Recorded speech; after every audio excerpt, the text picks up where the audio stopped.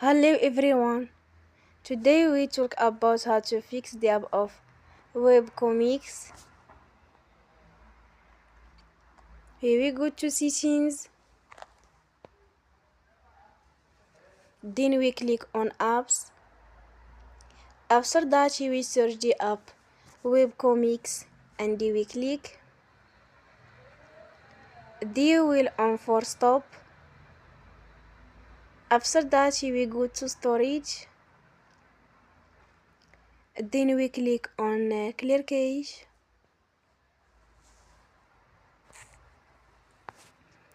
Here we go to Play Store and you will update your app.